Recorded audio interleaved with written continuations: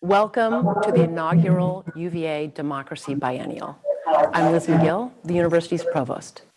The biennial is produced by the Miller Center, the Democracy Initiative, and it's hosted by the Karsh Institute of Democracy's affiliated schools and centers.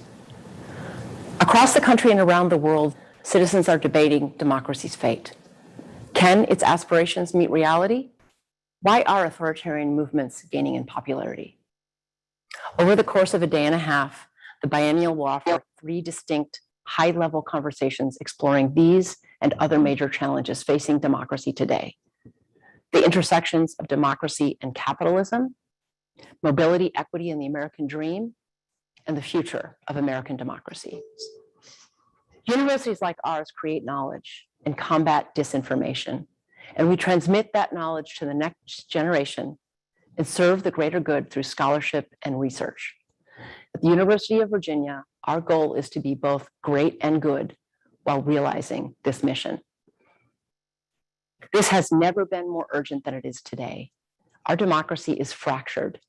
Some citizens have a deep distrust in institutions, leaders, and in their fellow citizens. UVA, widely known for its world-class scholarship, teaching, and research in the study of democracy, is uniquely positioned to be a national leader in tackling these challenges head on. UVA's wealth of expertise on these issues includes faculty from many disciplines across grounds and centers focused on all aspects of democracy, leadership, and policy. We now also have the Pan-University Karsh Institute of Democracy. I'd like to take a moment to personally thank Martha and Bruce for their extraordinary generosity in funding the Institute, which will accelerate and amplify the important work that is already taking place on grounds. It will also work with national partners to develop and share ideas to strengthen our democracy. And that's precisely why we're here today, to consider the challenges facing democratic principles, institutions, and culture, and to share ideas about what must be done for democracy to work for everyone. That's the goal of the Democracy Biennial, and I thank you for joining us in this effort. I'll now turn it over to Ian Baucom, Dean of the College and Graduate School of Arts and Sciences, who will introduce our first panel. Thank you, Provost McGill. As Liz said, my name is Ian Baucom. I'm the Dean of Arts and Sciences, and I'm delighted to join the Provost in welcoming everyone to the first session of our inaugural UVA Democracy Biennale. Today's panel will feature 2 conversations on democracy and capitalism. As we know, in the past few years, there's been a sense of brokenness about the democratic system and the capitalist economy. We're faced with persistent inequality and persistent gridlock, with worlds of enormous opportunity and worlds of extreme vulnerability. The convergence between the two has been particularly fraught. That tension is apparent in declining levels of public trust in institutions of government and economic life. We see this in claims of unfairness and inequity. We see it in growing populist animosity for government and economic elites. We see it in the growing divergence between those who maintain faith in markets and elections and those whose faith is broken. Is the system itself broken? Or is this just a passing fever, a momentary blip? And to the extent that it is broken, where does the brokenness appear and what can we do about it? These themes are explored more deeply by the Democracy and Capitalism Project, hosted by the Miller Center and led by Melody Barnes, Sid Milkus, Mimi Riley, and Bob Bruner. Bob, who will moderate our conversation today, is Professor and Dean Emeritus at the Darden School and a Senior Fellow at the Miller Center. Joining Bob are a highly distinguished panel for this first session. Tom Perez. Tom served as Secretary of Labor for President Obama and Assistant Attorney General for Civil Rights. Deborah Finan is the Mayor of Champaign, Illinois. Prior to being on the City Council, she served as a Champaign County Board member for 14 years. Bob Huggan was a Senior Executive at Celgene, a biopharmaceutical company, for 19 years, serving as CEO and Chairman of the Board of Directors. He was the Republican candidate for the United States Senate in New Jersey in 2018. Rami Nashashibi is the founder and executive director of the Inner City Muslim Action Network, a nonprofit organization fostering health, wellness, and healing among the Islamic communities of Chicago's South Side and Atlanta's West End.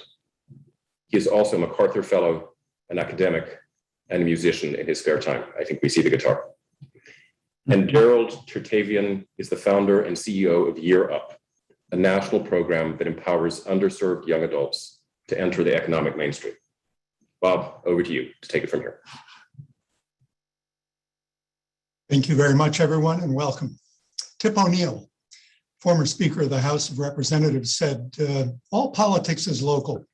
This is a useful epigram for all of us as we think about democracy today. We should begin at the level of voters and citizens. Indeed, many capitalists would take a similar view.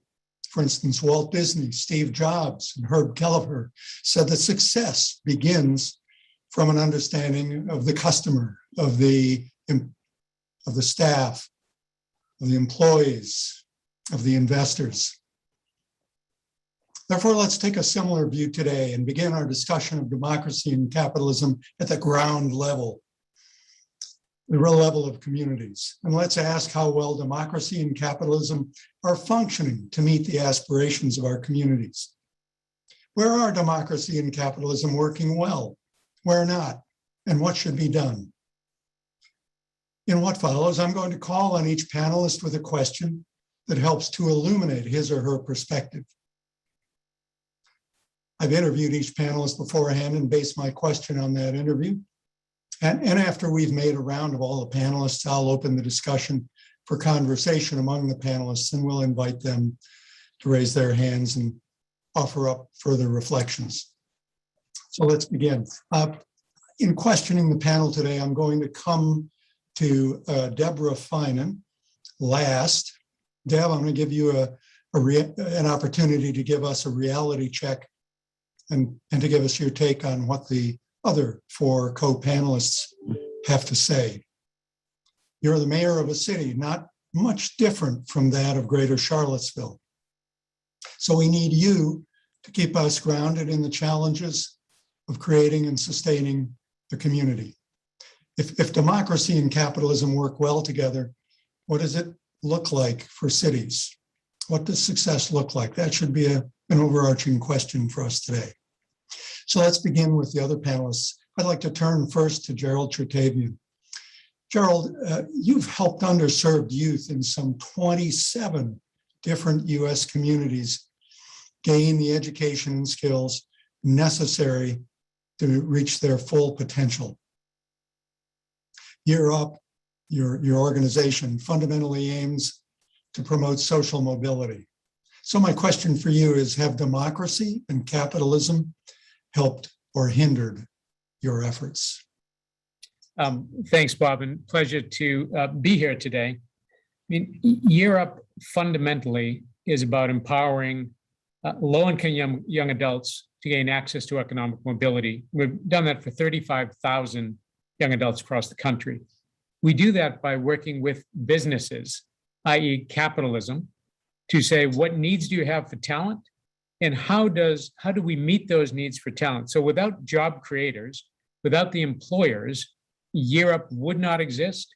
And those 35,000 young adults wouldn't have access to the income and the ultimate wealth creation from which they can buy homes, take care of their children, and live the lives they want to live. So without that, we would not be successful. Having said that, the reality is the path for so many young adults is so much harder than it needs to be. Indeed, Year Up exists because of systemic dysfunction that exists in our society, right? Year Up is almost a Band-Aid across a much broader systemic challenge. Young adults do not have the support, the education, or access to education, access to good quality jobs that they need and deserve to take care of themselves and their families. And so I go back, the words the American dream were coined in 1931 by James Truslow Adams, the writer and historian. He said, the American dream is a land in which life should be richer and fuller and better for everyone based on their ability and achievement, And the reality is, for millions of young people today, they cannot look up and see that next rung on the ladder that says, how do I get richer and better and fuller life? Because I can't see a way forward. So I would argue that we exist because of capitalism, and that is one of our saviors, but we are a Band-Aid on systems that are not providing folks with what they truly need to reach their God-given potential. And so it's a both-and answer, Bob. And ultimately, the system should change so that everyone has access to that opportunity that James Trussell Adams talked about 90 years ago. Thank you very much, Gerald. We'll come back to you in a couple of minutes. Let's turn to our next panelist, please. Rami Nashashibi. Rami, you've been a community organizer in the Chicago area, particularly in the Englewood neighborhood of Chicago, one of the most depressed urban areas in the US. How well have democracy and capitalism served that neighborhood? And what could they do to serve it better? Thank you so much for the question and for the extraordinary honor and opportunity to be part of this panel. In short, it's been devastating. The last 4 to 5, 6 decades in a neighborhood like Englewood, where I'm just a couple miles west of, as I sit here today, are not unlike many other similar neighborhoods across the country, on the west side, south sides of Chicago, across neighborhoods like in Baltimore, Atlanta, but specifically neighborhoods like Englewood that have historically been ravaged through principles and policies that are anchored, unfortunately, in unfettered desires for profit that have used fear mongering and race baiting to, in many ways, create the type of post-industrial ghetto realities that the South Side Chicago became. A neighborhood like Englewood over 6 decades ago, when my grandfather was a refugee, Palestinian refugee settling on the South Side, was one of the most thriving neighborhoods outside of the commercial business district on the Chicago. And when it experienced what David Ansel, the famous public health scholar, social epidemiologist, and author here in Chicago, talked about criminal capital extraction, what we saw in the 70s, 80s, and 90s in a neighborhood like Englewood was not only deindustrialization, not only the abandonment of the neighborhood, but then the extraordinary accompanying sets of criminalizing poverty, the growth of the mass industrial, if you will, mass prison industrial complex, and the mass incarceration accompanied what we saw in neighborhoods like Englewood, where people were ravaged because of lack of opportunity, the closings of schools, the closing of CTA lines, vacant vandalized properties. That became the reality. It wasn't just the reality in the 70s and the 80s and the 90s. A couple of years ago, right before the epidemic, before the pandemic hit, we had a New York University study that School of Medicine that said out of 500 urban centers, Englewood had the largest life expectancy gap. In fact, the 8-mile distance between Englewood and downtown Chicago counted for 30 years in life quality and age. That, coupled with the fact that the poverty and violence certainly accompany one another. In the last 16 years, the extreme poverty grew by 375% in the city of Chicago, and often concentrated in urban neighborhoods like Englewood.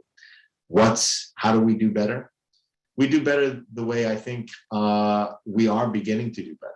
I was encouraged a couple of days ago, the mayor of the city made a bold announcement that was pushed by the type of organizing and activism that many of us have been advocating for years.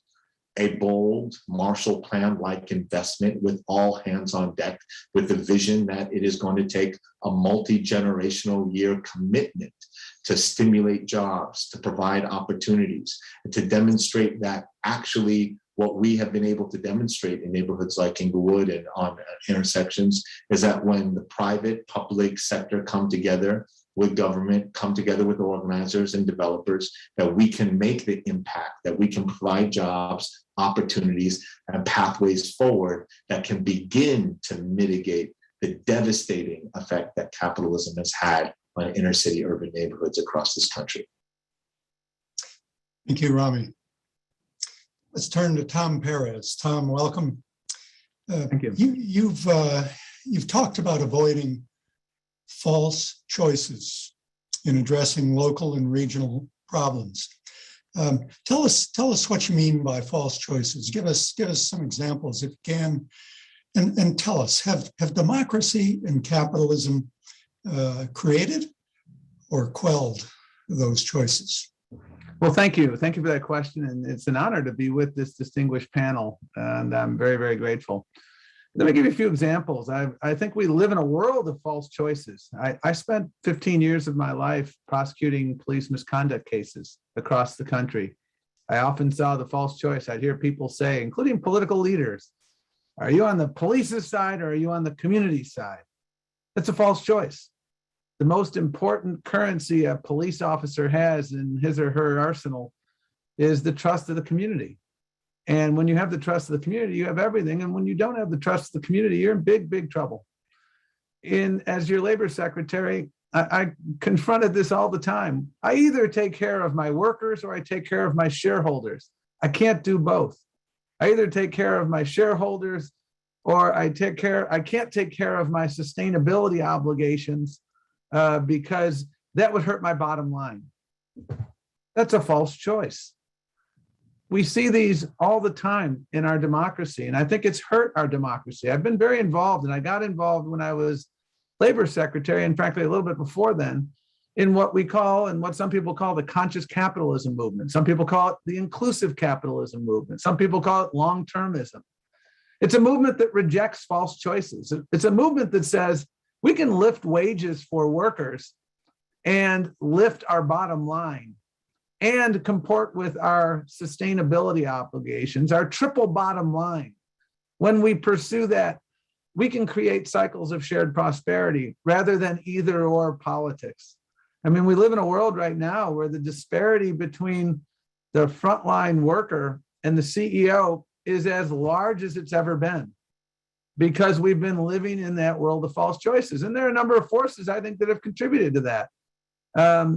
Way too many private equity firms have come into companies, they've squeezed them dry, and they've gotten a lot of profit out for investors at the expense of workers and, frankly, communities.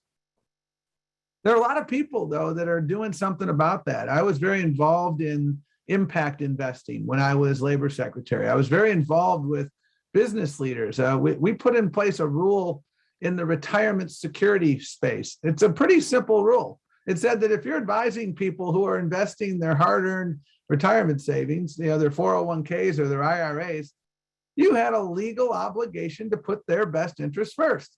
No different than if you go to a lawyer or a doctor.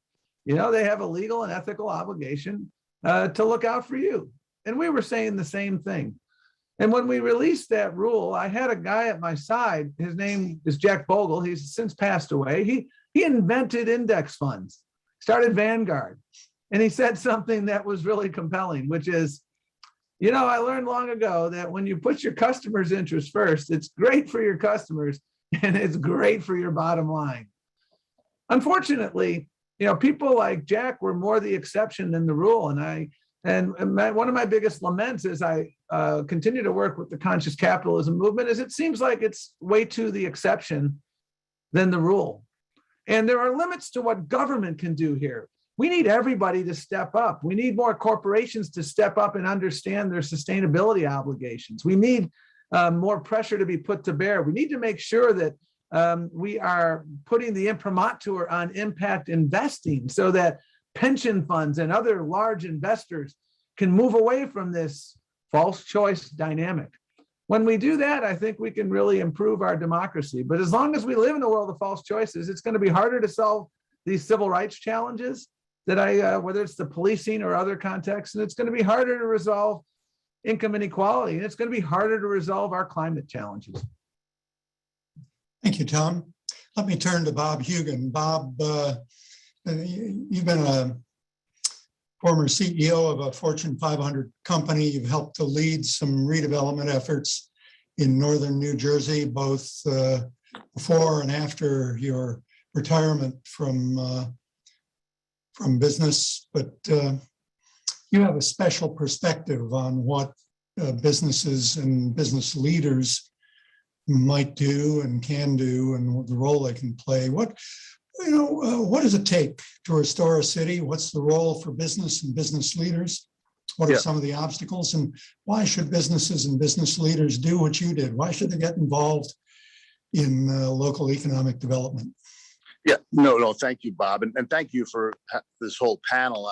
It's really disappointing, in fact, discouraging that we're unfortunately not in person, because I think the kind of interactions we could have even off of the camera and involved would really help us advance the discussions. But I think there are no simple solutions to some of the problems that we see at Englewood and other places. And I think it's not fair to characterize one cause of those issues.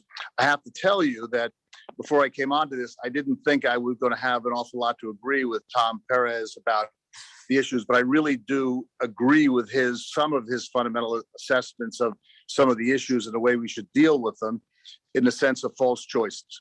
At least the companies I've been involved in, whether I'm on the board of or I've led and had the opportunity to work with, I think do believe that long-term success is impossible if all your stakeholders, all your constituents are not well served. Obviously, where I was when I was chairman of Pharma or when I was the CEO of Celgene, if you don't make new, innovative, disruptive technology medicines that are going to change the lives of cancer patients, you're not going to make any money. And if your employees aren't engaged and have the opportunity for a good opportunity for their families, you're not going to make the kind of breakthroughs you need. And the same thing in your community. If you're not going to be well received and respected in your community, how do you think you're going to get the zoning changes to let you expand your business or to hire good people to be the employer of choice? So I'm not quite as negative as Tom is about as many companies see the value of long-term objectives to really make a difference in their communities, their society, is something that enhances shareholder value. So I'm a big believer that we're the greatest country in the world because we've had a great collaboration between government and free market capitalism. So we've raised the standard of living from Thomas Edison's days to the Bell Labs days to the revolution in technology and life sciences that lead our economy and the quality and standard of living that we have in the United States, because we have a system that works. It's not perfect. It's failed some communities, as we've already heard. And I think if we were to have the kind of engaged discussions with the people who need to come together, unfortunately, not just on Zoom, I think we could find so much common ground to deal with these. Now, turning to the more community level that you're speaking of, I think it's a perfect example where we're in New Jersey, where we've got a lot of tough areas that we've had supported the country for hundreds of years of building manufacturing capabilities. And now we're left with some of the brownfields and the remnants of how the technologies were inadequate and the environmental issues were devastating to many communities. It's going to take very concerted long-term action. But I think it's recognizing, if you think of the power of the incentive of government engagement, the power of financial return, the responsibility that we have to our children and our families and our employees and our customers, bringing that together requires people who have a vision for long-term success, who don't have the ego that they have every answer, right? Whether it's government, and a lot of people in government do think they have the answer of everything. Sometimes there's activists and community organizers that are very important in our communities think they have every answer. There are business people like myself that sometimes go off the deep end and think they have every answer to issues. So I think getting people to work together, identifying where we agree and where the common ground is, and making difference in people's lives is what advances business, it advances free market capitalism, and it advances good government. Thank you, Bob. Let's return to Deb Finan. Deb, you're our mayor, coming to us from Champaign, Illinois. How does all this square with you? What do you see in the world and the interface between democracy and capitalism?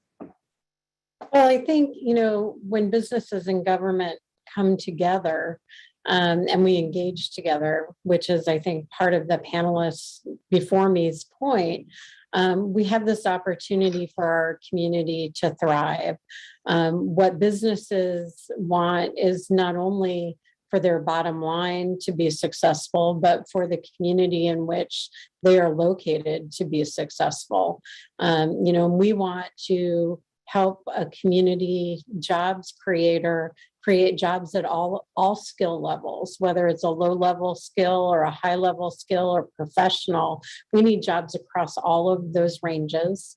If the businesses are successful and we've created an opportunity for entrepreneurship and success, then what happens ultimately is that the government succeeds because there are tax revenues, and then we are able to continue to maintain and invest in things like education and the physical space, the roads and the bridges. And that then helps to continue to contribute to our community's success.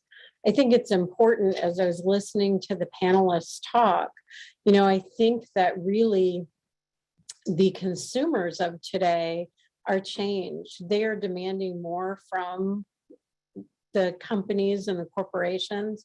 They want you to be looking at investments in environmental processes that are going to make a difference. And they want to know what your social responsibility is. Do you care about the community that you are in? How are you helping to make a better world? And I think that is going to start driving the economics, which means even if a corporation isn't committed to that, they're going to find that they need to be in order to be successful. And so I think that those are the kinds of partnerships where government can really come in and help a business focus on the areas that are of need within the community where they are located, and to help them be successful. It's symbiotic. Thank you very much, Deb. Let me just pause for a second. Panelists, do you have any responses to what you've heard from one another? I had a question for Bob. I was mentioning your comments. I really do appreciate the perspective, as I was saying, of humility, and honestly, all collectively recognizing we don't have the answers, and that we need to really challenge one another. And I do believe this kind of public-private sector alignment, listening to one another in the same room. Where, in your perspective, though, can we still pursue that with a ability to hold those, to hold people accountable, to hold institutions accountable? For so many who have failed, betrayed by the democratic project, if you will, in capitalism in urban neighborhoods, they just feel there has been a lack of real full accountability, and often those who are struggling in poverty end up being the ones penalized and criminalized. So how do you, I'm just interested in your thoughts. Yeah, no, listen, I appreciate your perspective on the question. I think you have to get down to the specifics. Held accountable for what? I do think there are circumstances in my neighborhoods where post-World War II, there was economic segregation and housing segregation that really contributed to some of the longer-term problems we have in some of the urban environments in New Jersey. So anybody who doesn't recognize that solving that issue and dealing with the consequences of that are not going to produce. And that means government has to play a role in providing incentives or punishment for people that don't do or continue to do things that contribute to that kind of environment. At the same time, the American spirit is one of exceptionalism. We want great people solving problems. And if you read, like Peter Diamandis has written books about how do you produce outstanding performance and aspirational results, there's certain factors. And whether we like it or not, financial success is one of those things that helps bring all of the doing good things, being part of technological change, doing the right thing for people are all important. So I think we have to have a frank sit down together and say, yes, there's times that people have political objectives and they confuse them with really economic development objectives. They got business people who try to make a short-term buck and not another. I just think that our lives are all too short. And I think David Brooks writes a great book, says the first half of our life, we're building our resume. The second half of our life, we're building our obituary. And I think when we explain to people, if we do things together, we actually can solve these problems. People created them, we can solve them. So I don't have a problem with accountability, because I don't think people should make money if they're not creating long-term value for society they work in. I'll give you an example. When I was chairman of Pharma, I publicly spoke about it. And I said, you cannot be a biopharmaceutical company of the future if you're not working on neurodegenerative disease, because that disease will undermine the financial stability of our entire society. And so we have contracts with companies where we're going to buy your product, especially if you're a pharmaceutical company where the government pays 50% of the bill. You better deliver what the society needs. So I think we have to be willing to speak out on both sides. You have to be reasonable. I have to be reasonable. We have to find ways that we can speak together at forums and be with people to say, hold people accountable, but provide concrete solutions. I think, Rami, that it's a really good question, but one way I think about it is business is being held more accountable today.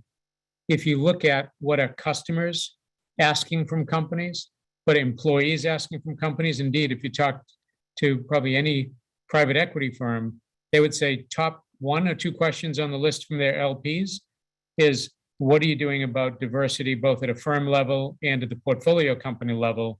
So it's interesting is kind of the holding of accountability. There are government political structures, which I would argue perhaps can be less effective than what is we as a citizenry decide our values are. We are the consumers.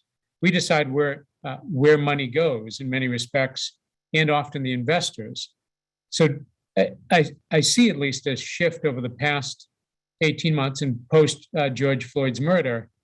And it's sad that it took a series of events to start to create some awakening around this.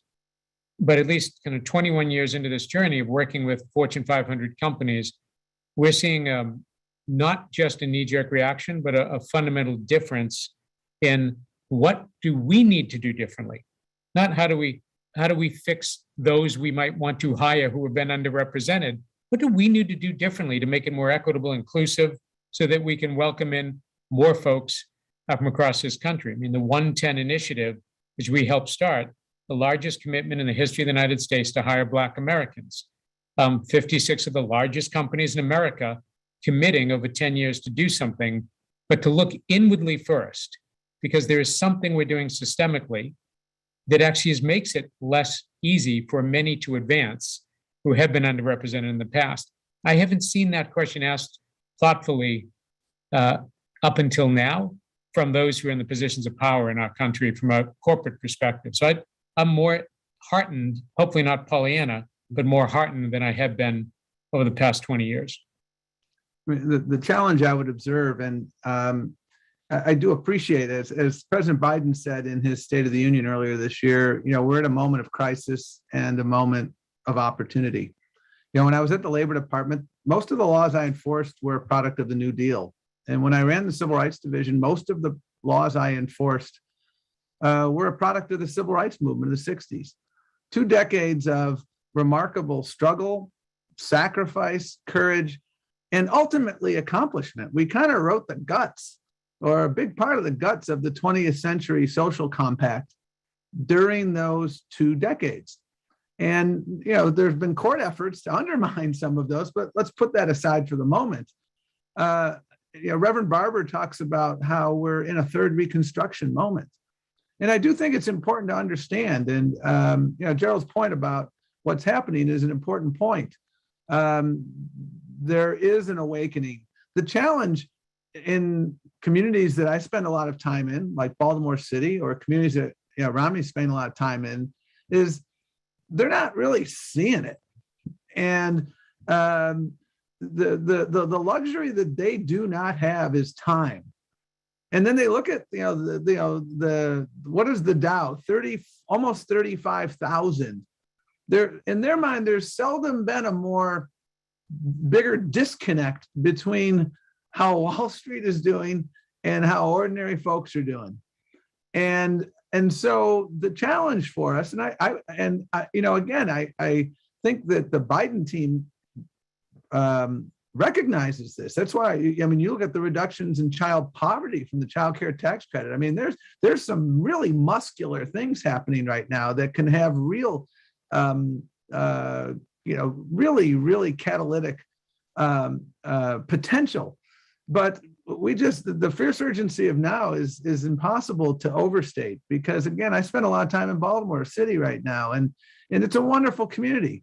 And we all succeed only when we all succeed. But we just, how do we pick up that pace? Because I appreciate that commitment, but there's a feeling among many, fooled you once, shame on you. Fooled you like 4 times, really shame on me. And so that's the challenge that lies ahead. But I do believe that Reverend Barber is correct. This is a moment for that third reconstruction, should we choose to take it. Our politics in Washington make it very hard to implement that with the alacrity that the circumstances currently call for.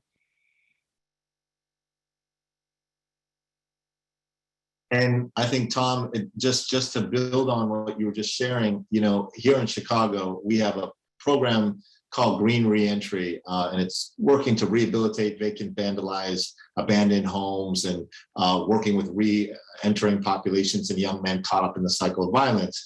At any given time, we have around 175 to 200 people on a waiting list to get in the program for training, to get jobs, to get housing. There's a myth, and as you create that, there's not a desire, that fierce urgency of now for alternatives in neighborhoods like on the south side or the west side of the city is there.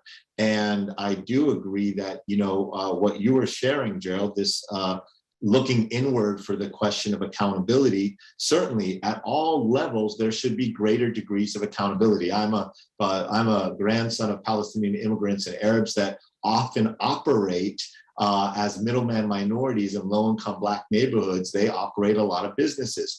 That in and of itself is not a bad thing. Now, those communities, though, need to be more accountable for the quality of business, who they're hiring, the quality of life in those neighborhoods. And that level of accountability should just increase as you go up.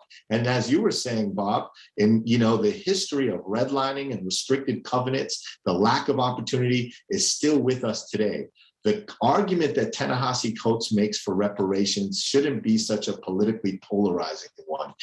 What does it look like when we invest massive, significant amount of resources, effort, and energy so that community-led development can lead to real prosperities in neighborhoods that have been struggling for 4 decades now to get anywhere near anything that looks like equal footing, so that the question of democracy can be a real one that can be really seriously entertained.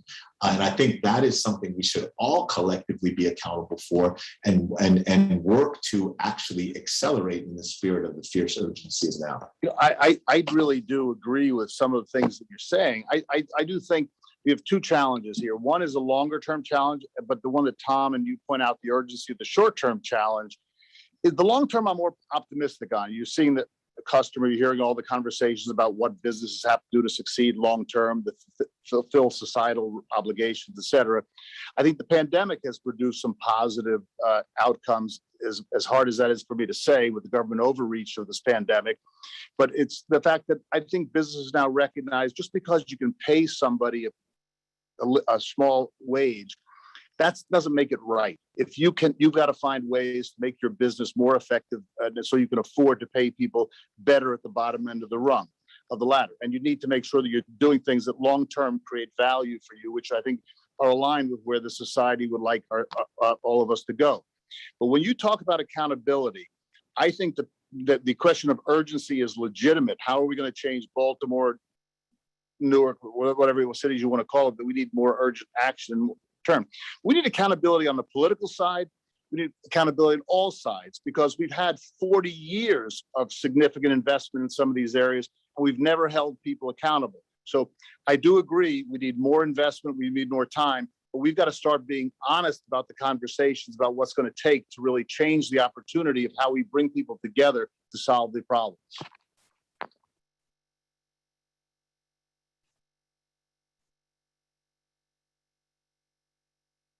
Rami, I have a question for you. You what does faith have to do with strengthening a community? You've emphasized that your non-government organization is faith-based. If we have a democracy that is secular, capitalism doesn't take much of a stance on faith one way or the other. So where is there room for faith in this deliberation we're having about the role of democracy and capitalism in providing vibrant communities? Yeah, I appreciate that question, Bob. I'm literally sitting right now 5 blocks north of Marquette Park, a location where Martin Luther King marched in 1966, August 5th, to confront the evils, quite frankly, of redlining, restricted covenants, and segregation on the south side of Chicago. King marched with 700 people that day and had to confront over 5,000 people. In many ways, he was driven by a faith.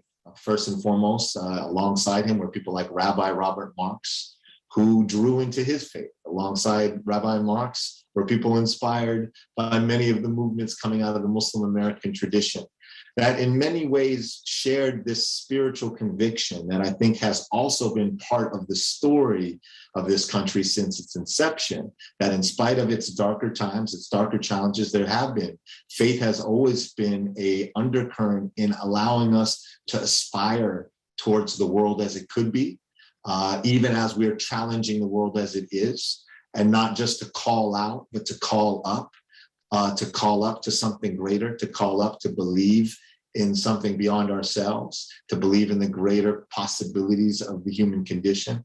I do think that that the glimmer of hope that even in the most challenging times that America has often lifted for the world is that it has been animated by extraordinary sacrifices by the Dorothy Days, by the Malcolm X's, by the Martin Luther Kings, who in many ways were always informed by a practical application of faith on the ground in community. And in many ways, I'm a beneficiary of that legacy, and our organization unapologetically is rooted in it.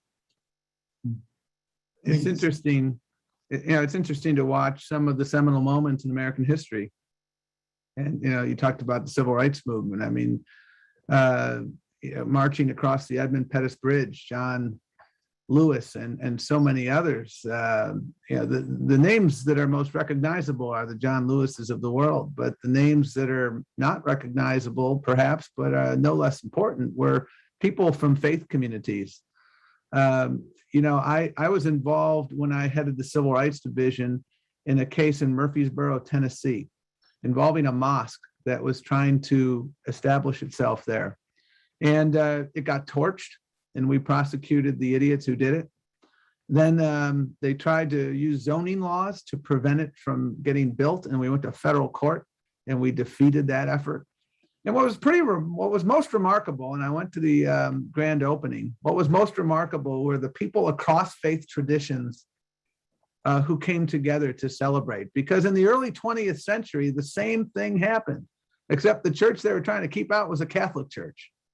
And so we are proudly a secular democracy, but we are also, whether it was my example in Murfreesboro, whether it's marching for economic justice, what has been a strength of this nation, whether it's talking about immigration reform and the economic imperatives, some of the most compelling figures are faith leaders. And what I've always been struck by, and I've read from the Quran, I've read from the Old Testament, I've read from the New Testament, I've read from science and health, I've read from so many different scriptures, and the overlap in terms of our commitment to making sure that folks living in the shadows get a fair shake. It is our American tradition, but I'll tell you, part of the reason we have the challenges we have is the basic covenant of America is that the next generation is going to be a little bit better off than we are. And many, many, many people have lost faith in that article of faith, and they're not losing it irrationally. That's the fundamental challenge here, and that's the sense of urgency we need to approach this enterprise with. Thank you. I have a quick question for Deb Finan and Bob Hugan. Deb and Bob, each of you have have led, are leading. One a democracy, one a capitalist institution. A very quick question. Why is that hard? Why is leading a city hard? Why, or challenging? Why is leading a corporation challenging? Help our audience understand in brief. We've only got a couple of minutes left. Well, Bob, I think go ahead, Deb. I would think within the city, the challenge is really about making sure all voices are heard. So it's not only just being a good listener, but it's being able to seek out those voices that are hesitant to come forward for whatever reason. Maybe they've been marginalized in the past, and making sure that they are heard and that they have a seat at the table, and then finding ways to get those disparate groups to work together for the community good. And, you know, people don't always just get what they want. They've got to be able to work together. Thank you. Bob, why is it hard? Yeah, and I think it's hard because if you legitimately put out aspirational goals to really make a difference, it takes so many different types of people and organizations to achieve those outcomes. And I think that a lot of people are often risk averse and not willing to take the bold and courageous stands that are needed to move our society, move our businesses forward. So it's tough, but if you really care about outcomes, you've got to make those bold and courageous decisions and be aspirational. Thank you. Thank you. Thank you to this first panel. Let me introduce Bill Antholis, Director and CEO of the Miller Center of Public Affairs, who's going to introduce our next group. Bill, to you. Thank you, Bob. We're so lucky to have a great leader such as Bob Bruner at UVA and at the Miller Center. And thanks also to Gerald, Deb, Bob, Rami, and Tom for that great kickoff. To Bob Hugin's point, we all look forward to bringing you here to Charlottesville Live in the future to continue the conversation, both on stage and off stage. So the second half of today's panel will drill down into both opportunities and challenges that lie ahead. How will we work in the future? How will we harness global trade and technology? Or will we simply try to limit their downsides? Can we help address or deepen? Can we help address persistent inequality, or will we just deepen it? And will we create advantages or disadvantages for communities? Here to help us dig into these topics are five more great panelists. Thomas Baltimore serves as the chairman of the board, president, and CEO of Park Hotels and Resorts Incorporated, where he has been since May of 2016. He is a proud dual graduate of UVA from the McIntire School of Commerce and the Darden School of Business. Speaking of Darden, Ed Freeman is the Ellis and Signe Olson Professor of Business Administration at Darden, where he focuses on stakeholder management and corporate and conscious capitalism. He is a prolific author and host of the Stakeholder Podcast, in addition to countless other endeavors. And my wife, who took a lifetime learning course at Darden, he is her favorite professor at UVA, present company included.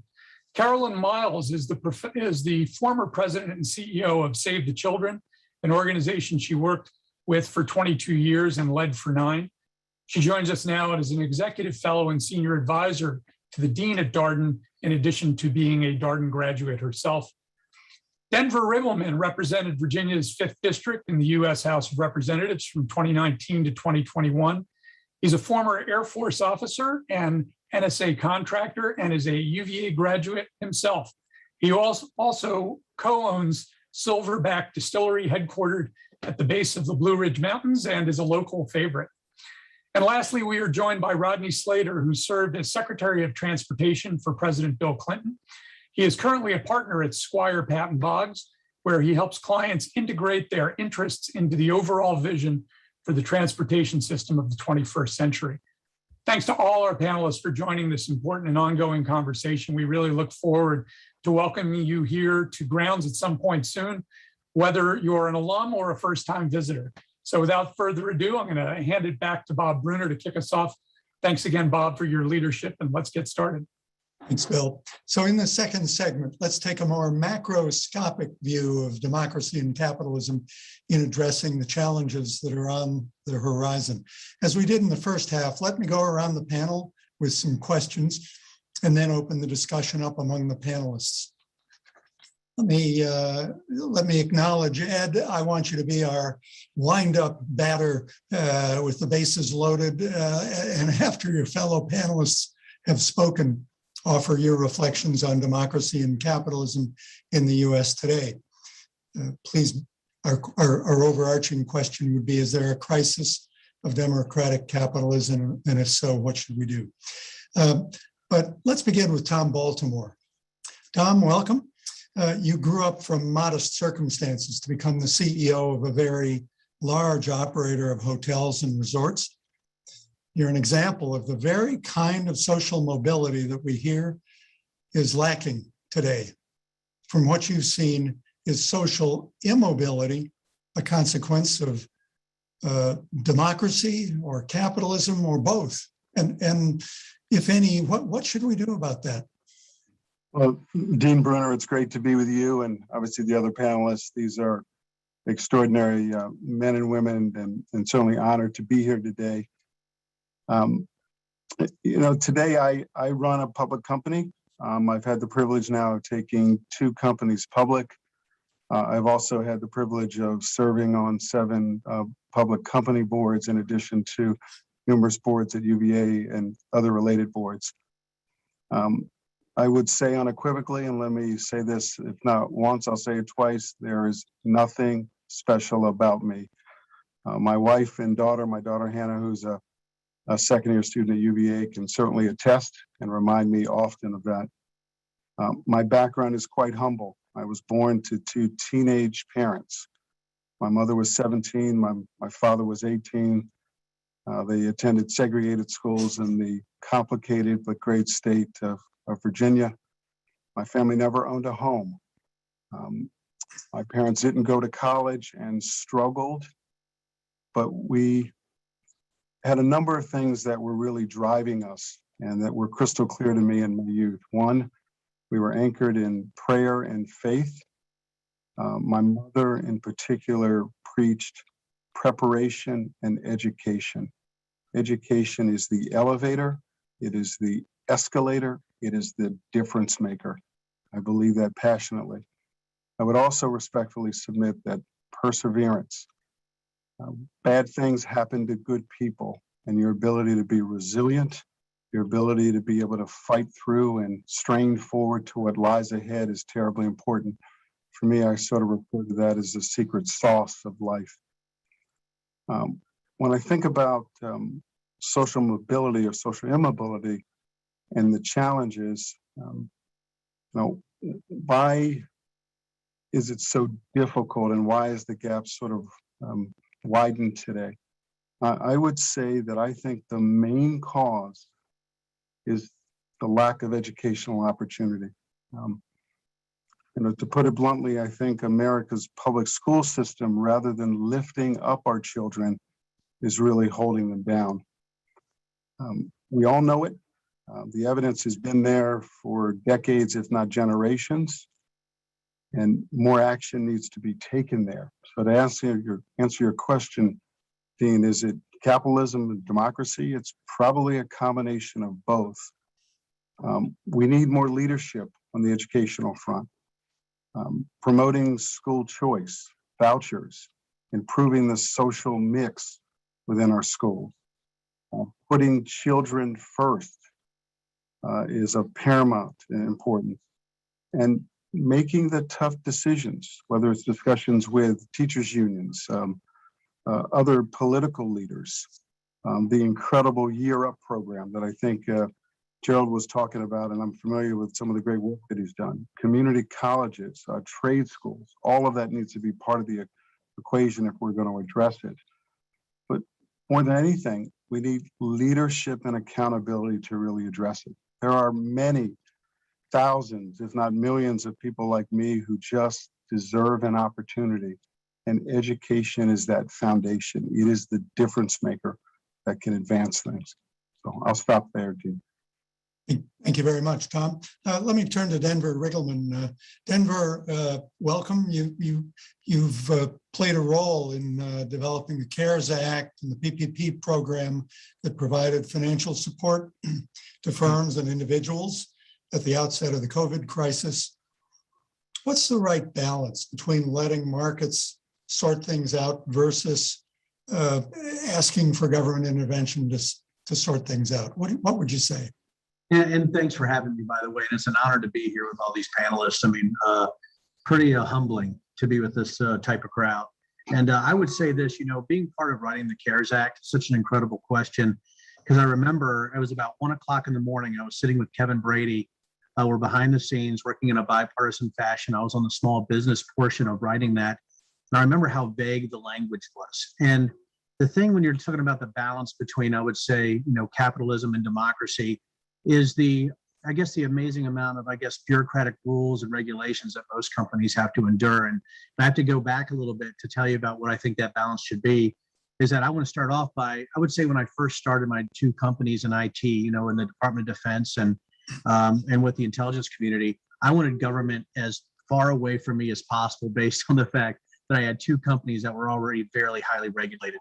I was supporting special operations. We were doing a lot of things with special projects. So when I started and sold those companies, and before I started my distilleries, I always wanted them as far away as possible, at arm's length, based on the fact that I had so many regulatory issues that I had to deal with.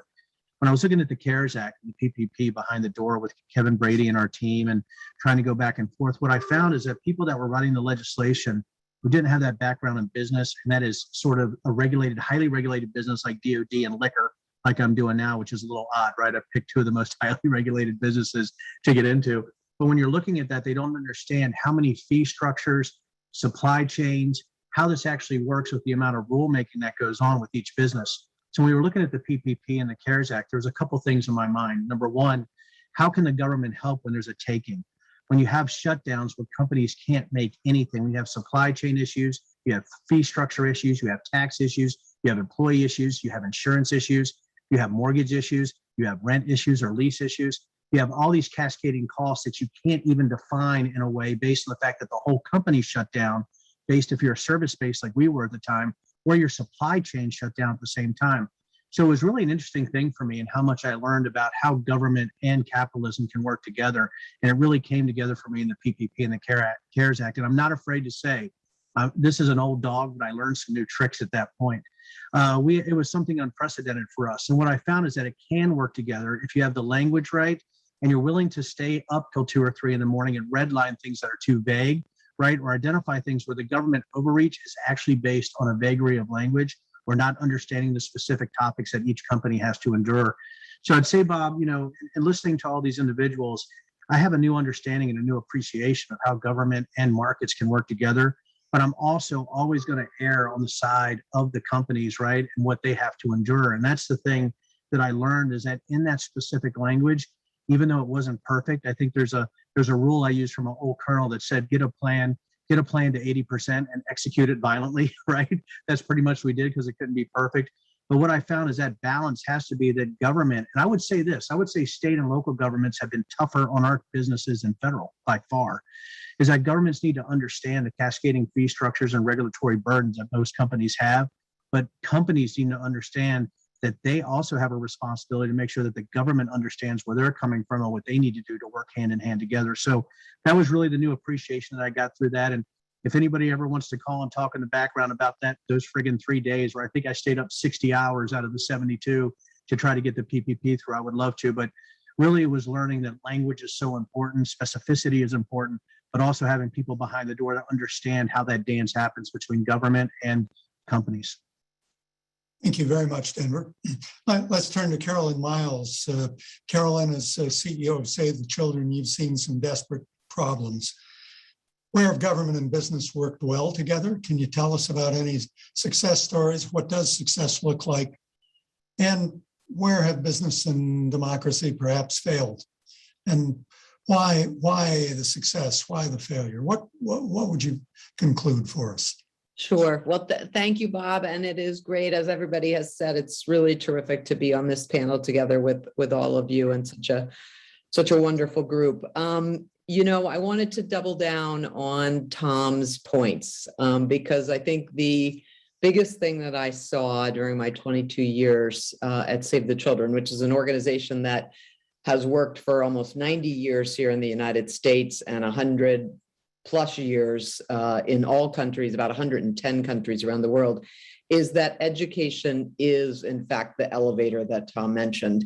I also believe that education, and this is where we start to talk about democracy and the combination of democracy and capitalism, education is actually a right for children. It is not something that we should just do better on. It is the right of every child to get an education. And that is at the top of what Save the Children, has always said. And I want to talk about a couple examples, one here in the United States, where I actually think the most important partnerships that are successful bring together government, business, and NGOs, nonprofit organizations that are working on behalf of these issues. And one of the partnerships that I would point to here in the US, and it's quite a recent one, was the work that Save the Children did so most of the work that Save does in the United States is in very poor rural communities. So Tennessee, Arkansas, Mississippi,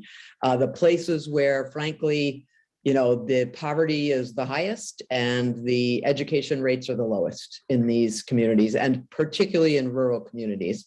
So the work that we did bringing together government, both at the local level and at the federal level, around particularly early education, because what you find when you work on education anywhere around the world is that the earlier you can get kids into some formal education, even if that's a couple days a week preschool, the better those children do throughout their educational career. So working in those poor communities with superintendents of schools, but also working at the federal level to get more support to early education and get that legislation passed to support early education. And our partner in a lot of that work is a company that I'm sure many of you, all of you probably know, called Dollar General, which their footprint across the United States is in exactly these communities where we work. They focus in rural, underserved communities where they are oftentimes the only retail outlet that actually has any presence in these communities. So what I saw in that partnership was one that really did bring together all of these different facets and really drove really successful work to try to get more support, particularly for early education in very poor rural communities, whether that was through Head Start or Early Head Start, or just private citizens who had the ability to have a preschool that we helped get certified. That made a huge, and is making today, a huge, huge difference for children in the rural US. And if we do not improve our education system in the United States, I think we really are going to continue to pay the price of that system. And it really does depend on the government. Is the only way to scale up the education system in the United States and across the world, by the way. So you have to have that partnership. And when you have a corporation that also has a vested interest in that population being better educated, I think that's where I really saw things work well. An example where I think we today are continuing to not see things work well, and this is an international example, and it's probably one of the saddest things that I've witnessed during my career at Save the Children, is Haiti. And Haiti is just not a country that we can ever seem to we collectively, I think of all of us as having, an interest in seeing Haiti succeed, and it just does not happen. And the reason that I would say it does not happen is that to make this compact work, this compact between government and business and individuals and society, is you've got to have trust and respect.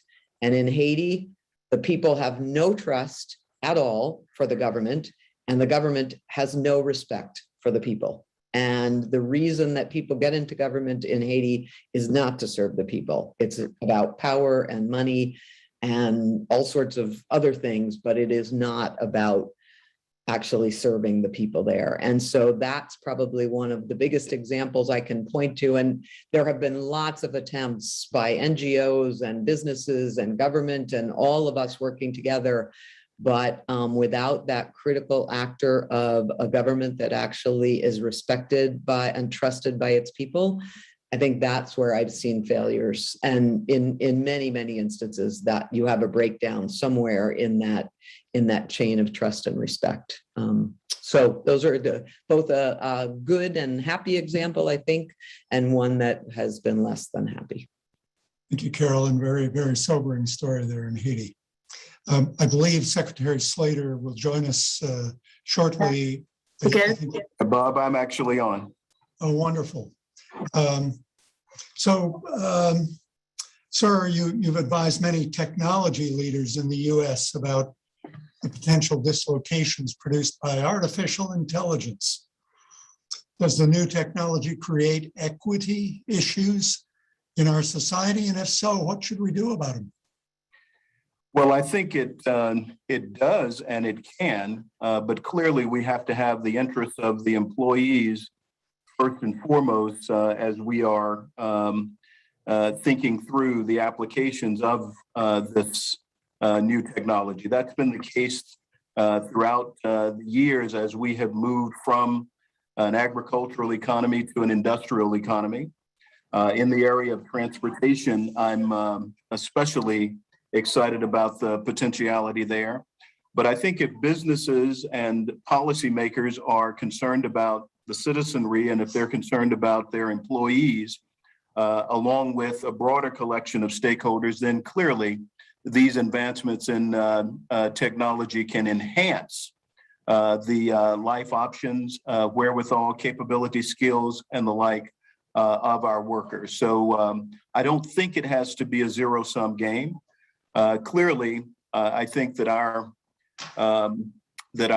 sort of motivation as a country is to always seek new frontiers, if you will, to remain forever young. And so it's only natural that we're going to invest in R&D and in exploring the deep and far reaches of a possibility. We just have to keep workers in mind as we do so.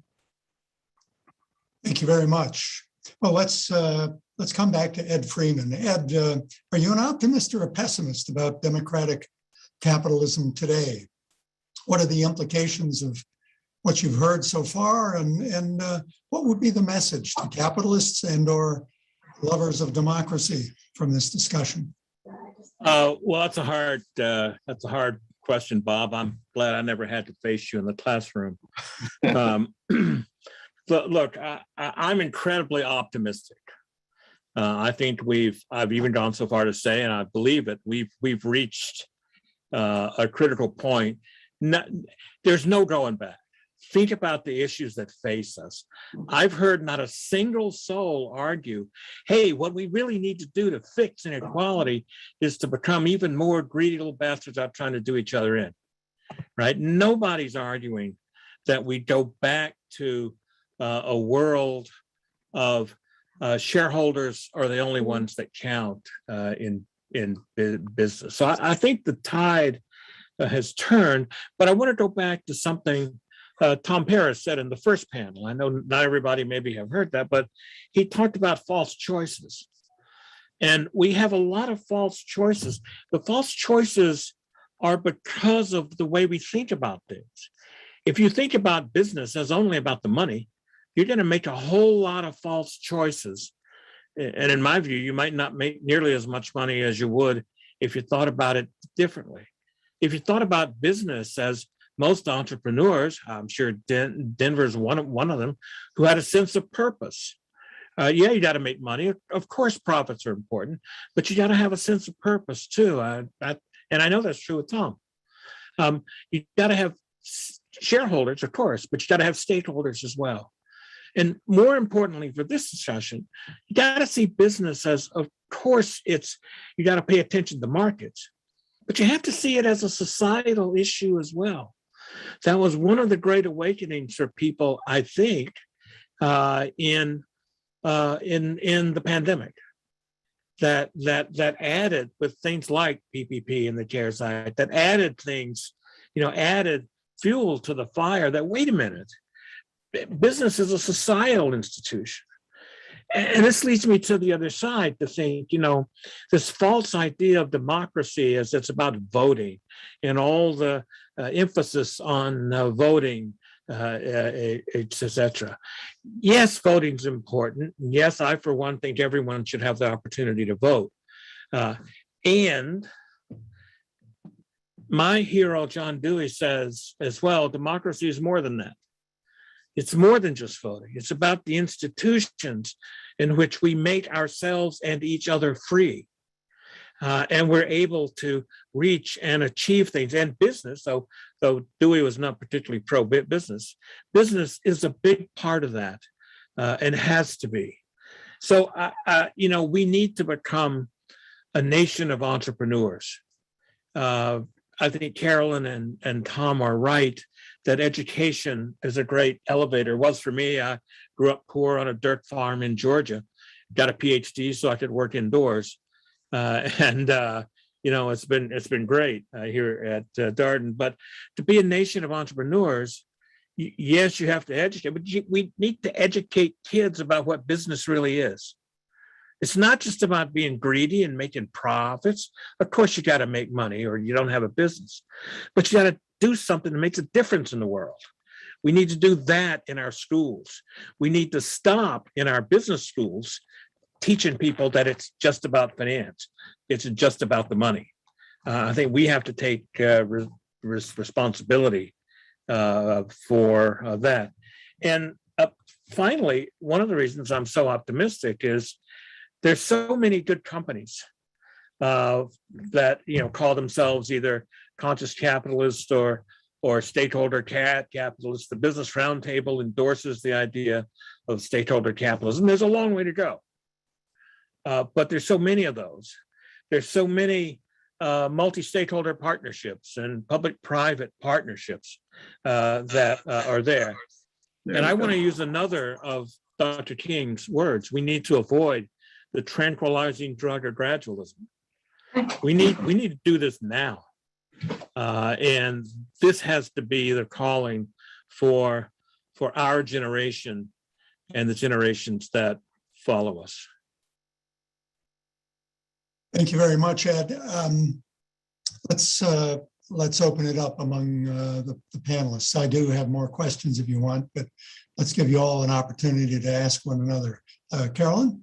Yeah, I just want to come in on this issue of stakeholder capitalism, and I do, and it's to add to Ed's sense of optimism. I am teaching a course at Darden on sustainability from the corporate point of view, and I would say that this generation of business students certainly is completely aligned to these ideas, and they truly believe that business has a real responsibility and duty to take on these social and environmental, particularly, issues. And so I do think that is a sea change, and it is barreling ahead from a business perspective, and that I think business leaders are trying to run ahead of that, but the younger employees that are coming in are just gonna,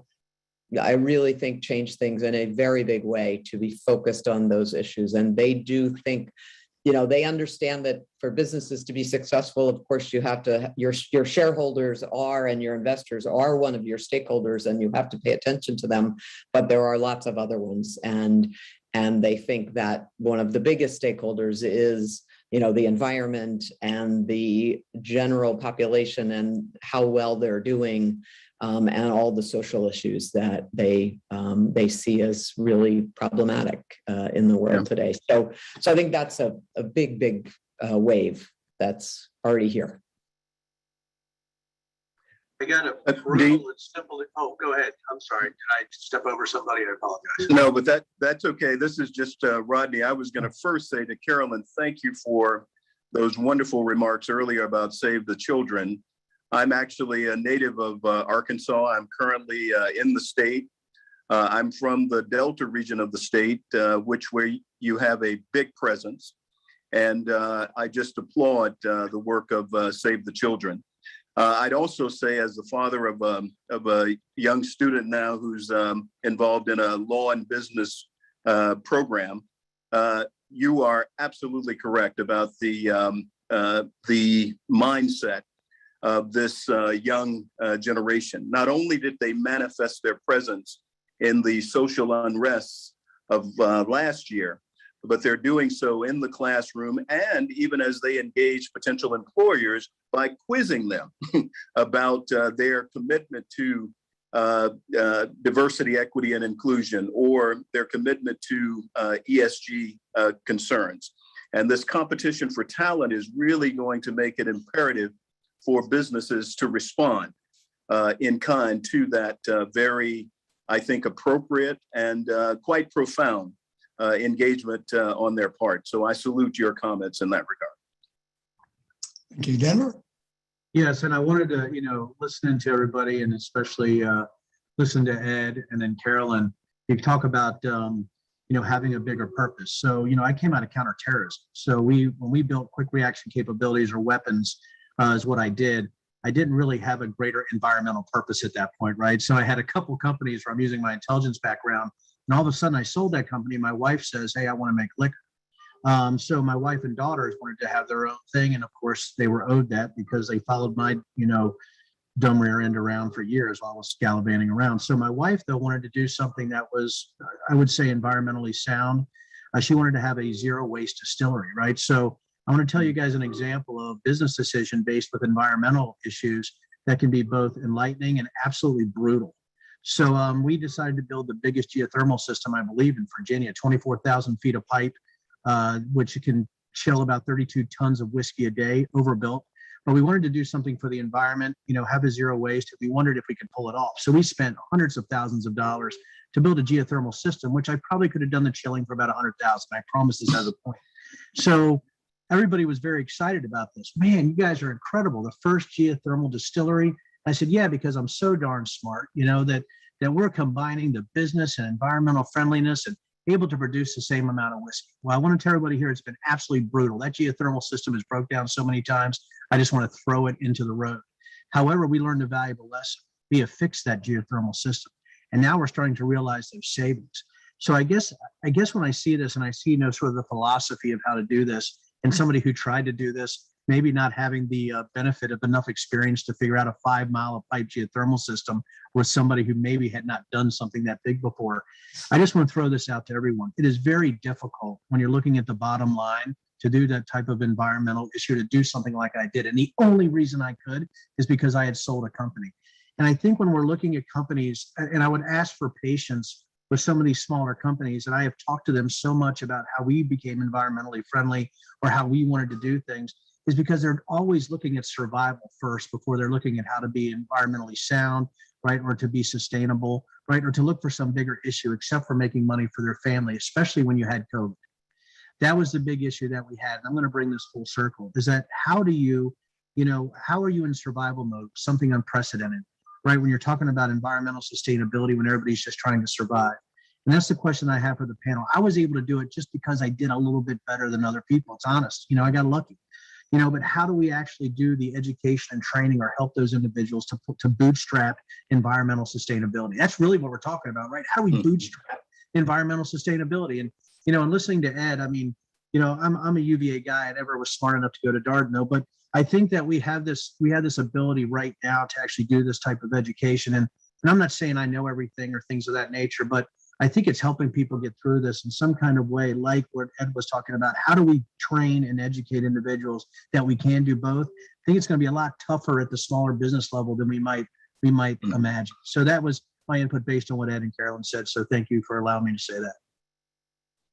If I could respond for a second, I think you're right. It's hard to do this stuff. But first of all, we have to see the need to do it. Mm-hmm. I would say all the time, I need red blood cells to live, but making red blood cells is not the purpose of my life. Businesses have got to have profits to live, to survive. You're absolutely right. But making profits is not the purpose of the business. It's too hard. So you had to start a business because you believed in something, whether it was continuing the fight for counterterrorism, whether it was helping people Making bourbon. relax with liquor, or whatever it turns out to be. Small business people believe in something. Yeah. And then what we have to do is we have to get out of this false choice stuff and use our creative imagination to figure out, how we have both. Yeah. And it's hard. It's absolutely hard. And I say that as never having had a real job. I just didn't want to work outdoors on a farm. So that's it. I know about that. Tom, I'm sorry. I think go ahead, Tom, and then I'll come back. I just want. No, Ed, I've always, obviously you've been an extraordinary professor at Darden School for a long time, and you had a little less gray hair, but when I was there 30 plus years ago, but you always had the fiery insight and great personality, and remember your class, and remember certainly your great leadership. I would just comment a couple things. When it's hard to kind of thrive when you're trying to survive. So 18, 19, 20 months ago, I'm in the hotel business. COVID hits. Your hotels are a daily leasing business, so you're adding an operating business on top of real estate. Most of our operations are large convention center hotels, resorts, mostly union, in almost all the major cities. We were getting government mandates of shutting down, and we were hemorrhaging cash to the tune, in the worst of it, about $85 million a month. Public company. We own the New York Hilton, largest hotel in the city. It's 1,900 rooms. It has still been closed now for 19 months. We were not eligible for PPP funds. In fact, Mnuchin came out with an FAQ and said, not only when some of us were applying and hoping, it made a public statement that any public hotel REIT not eligible for. A lot of that driven by politics. So we all had to fend. Thank God for the Fed. Obviously, we're backstopping and supporting the high yield market, which allowed us and many other industries to go into the market and certainly raise the liquidity that we needed during those difficult times. When you're dealing with stakeholders across, you've got city municipalities, you've got insurance companies, you've got the unions, you've got workforce issues. There's no greater test, in my humble opinion, as to sort of work through that. We were able to do that successfully. Now you fast forward, we've got plenty of liquidity. Almost all of our hotels, but 3 are now opened. But I will tell you, in the midst of the crisis, when I had investors calling and yelling and screaming and trying to sell our stock and get out, they weren't talking about DE&I issues. They weren't talking about sustainability. They were talking about, were we going to survive, and could we meet the debt payments, and what was going to happen to the dividend. So it's to the point that Denver was making. You've got to be pragmatic and sensitive to what these capitalists, these men and women, are faced with, and certainly in the eye of the storm. But I also go back to Ed's comment. They're not mutually exclusive. We have got to find a better way and a better balance. I still believe if we're going to attack, and I think inequality, these issues, it's only widening, and the issues of technology, as they continue to expand, the gap between the haves and the have-nots only increasing. We've got to figure out a way to address that. Education, I believe, again, is critical for that. Financial literacy, having the discussions, having the tough discussions with our political leaders. We have big problems, but petty politics on both sides of the aisle, because they're unwilling to make the tough choices. Business leaders, those men and women, have to also step in to sort of encourage and push so that we can get a better balance. I am incredibly optimistic about this country. Now, I believe in the American dream. I want everyone to have that social mobility and to live their dreams and get on that escalator so that they can reach their potential. Yeah. Carolyn, I think were you about to ask a question? Yeah. Yeah, I was just gonna add something to Denver's discussion. I think a lot of times, and I think it's just to echo a point that now has been made, I think a couple times, when we think about how businesses address some of these environmental issues or social issues, it's not about, to me, it is about getting better. It's not about getting the best. It's not about doing everything right. It's not about we're going to change everything. It's about what are the things that I, as a business, based on the business that I have, can do to get better than where I am. And I think a lot of times that is going to take completely new ideas. I mean, Denver, I felt for you as you were describing that challenge. And, you know, I'm sure there are people who can come in and help on those kinds of challenges, but I think it's about getting better for every business, the way that their business can make the biggest change and the biggest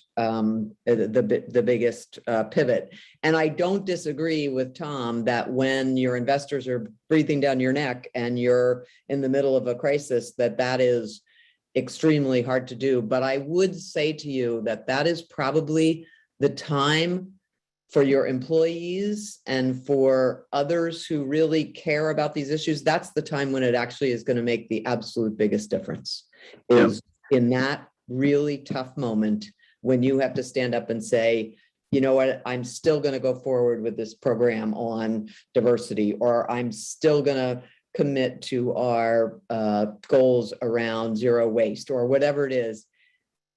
That's the time when it is absolutely going to get you the most dividends, I would say. Yeah. Carolyn, just to build on that a bit, first of all, let me say that I was looking forward to being on the panel with Tom. I've always held him in high regard, and very much appreciate his role as a businessman. And I'll tell you, even during this period of COVID, I think that's where we saw business leaders maybe in some of their finest moments. I mean, they were on the case and out front, speaking out on a number of these very gut-wrenching social and political and thought-provoking issues. You also had the Business Roundtable during this period, making its commitment to a focus on stakeholder value. You've got this wonderful organization called Just Capital, that's in the business of helping companies sort of measure their commitment on these issues. And I think that this is also very, very very consistent with the very origins of capitalism and government. Carolyn, as I heard you talk about just getting better, the thing that I thought about was becoming more perfect. I mean, I think the founders, in thinking about the union that they were creating, the compromises necessary to make it possible, Madison and this division of power, all they said was, look, you can't be perfect. This is going to be messy, but let's just be committed to being more perfect. And then when you think about even Adam Smith, he talked about this theory of moral sentiments. He was talking about our dealings with one another, our seeing one another as individuals, as people, much like, myself. And here, I think that's where Tom, in his opening comments, sort of level set the discussion by telling us about himself. I hope I made a contribution by telling you that, I'm from the Delta region of Arkansas. I mean, we used to work from Cainsey in the morning until Cainsey at night.